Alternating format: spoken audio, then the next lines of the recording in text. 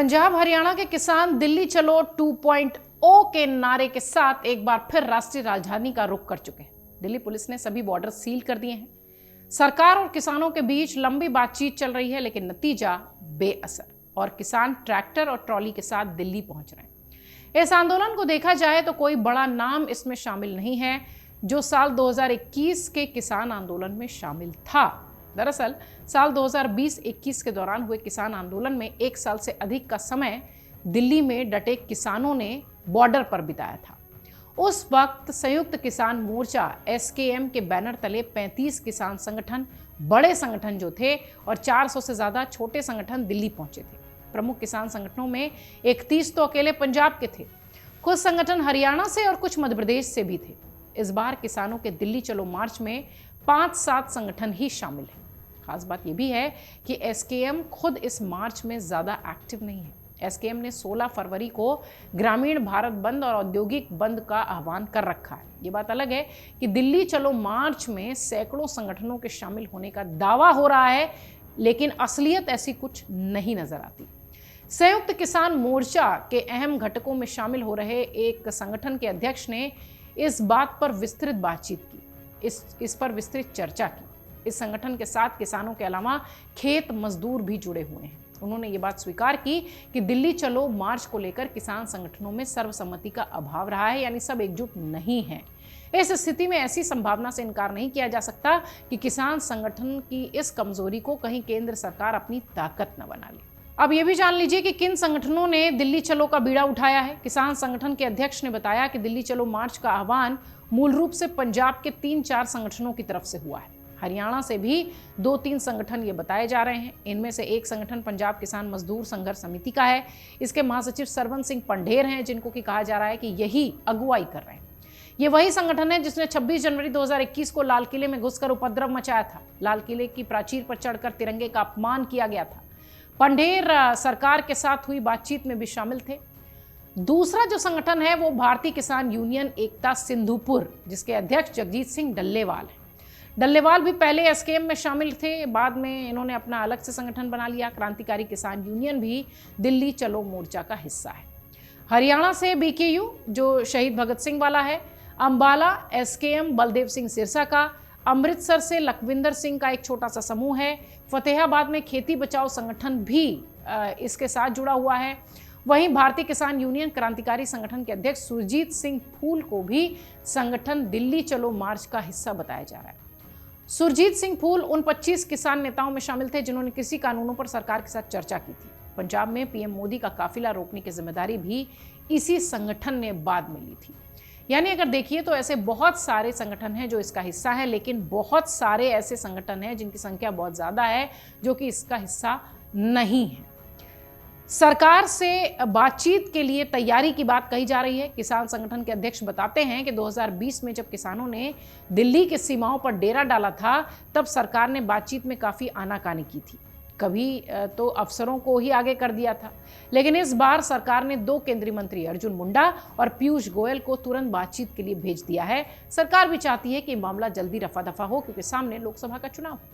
2020 में शुरू हुए आंदोलन के दौरान पंजाब के डॉक्टर दर्शन पाल, जो कि क्रांतिकारी किसान यूनियन के साथ जुड़े थे, वो और 30 अन्य किसान संगठनों के समन्वयक भी थे।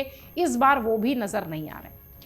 भारतीय किसान यूनियन की सक्रियता भी उतनी नहीं दिखाई पड़ती। पंजाब के मालवा क्षेत्र में एक्टिव रहे बीकेयू के, भारतीय किसान यूनियन के संस्थापक नेताओं में से एक है बीकेयू, और उसके जो संयोजक हैं बलबीर सिंह राजेवाल भी इस 2.0 दिल्ली चलो में एक्टिव नजर नहीं आते।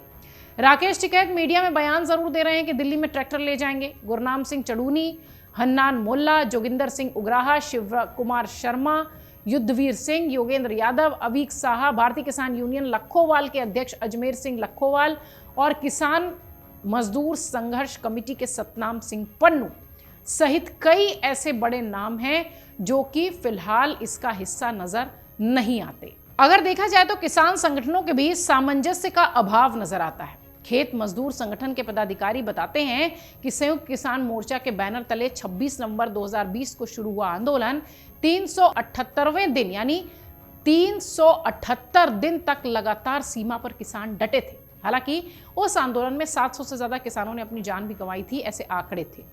उसके बाद से हालात बदले।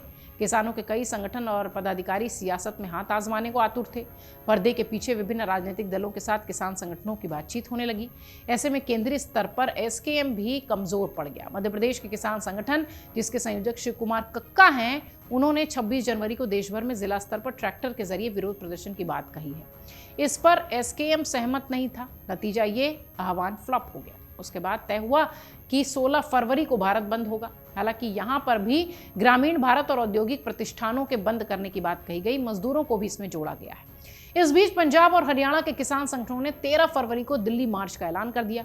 इस कॉल के बाद सरकार भी तुरंत बातचीत के लिए राजी हो गई और अपने 2 मंत्री पीयूष गोयल और अर्जुन मुंडा को आगे कर दिया।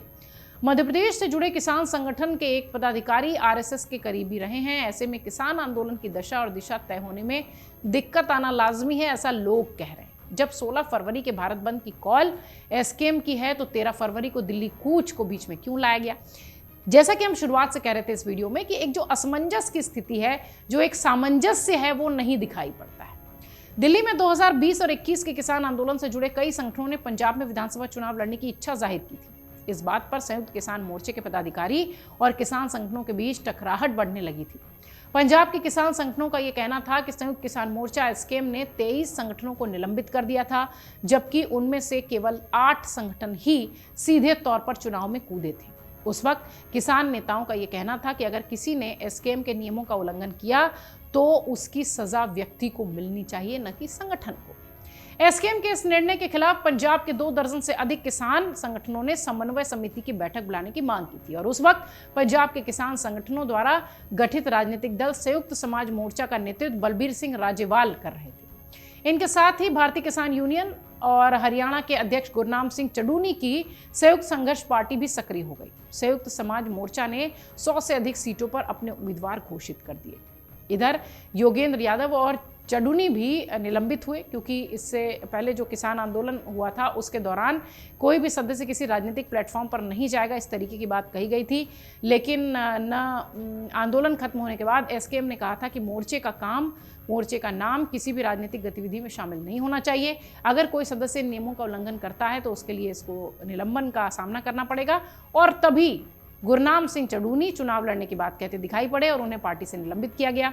उसी वक्त योगेंद्र यादव जब लखीमपुर खीरी में बीजेपी के एक कार्यकर्ता के घर गए थे तो 1 माह तक उन्हें निलंबित कर दिया गया था। दिल्ली मार्च को लेकर पंजाब के किसान मजदूर संघर्ष कमेटी के अध्यक्ष सुखविंदर सिंह साभरा का यह दावा है कि करीब 200 किसान यूनियनें दिल्ली की तरफ मार्च कर रही हैं। 9 राज्यों के किसान यूनियन से संपर्क भी किया जा रहा है। लेकिन ओवरऑल जो एनालिसिस कहता है वो ये कि पिछली बार जब दिल्ली चलो के मोर्चे के साथ किसान लामबंद हुए थे तो उनके बीच में समन्वय था, लेकिन इस बार ऐसा नहीं दिखाई पड़ता। किसान संगठनों को भी इस बात का डर है कि कहीं ऐसा ना हो कि हमारे बीच का जो समन्वय ठीक ठाक नहीं है उसका फायदा कहीं सरकार ना उठाए। हालांकि सरकार ने बातचीत करने के लिए अर्जुन मुंडा और पीयूष गोयल दोनों ही अपने केंद्रीय मंत्रियों को आगे कर दिया है, जो किसानों से बातचीत करेंगे। अगर आप ये वीडियो YouTube पर देख रहे हैं तो हमारे चैनल को सब्सक्राइब करें और बेल आइकन को दबाना ना भूलें। अगर आप Facebook पर ये वीडियो देख रहे हैं तो हमारे पेज को लाइक करें।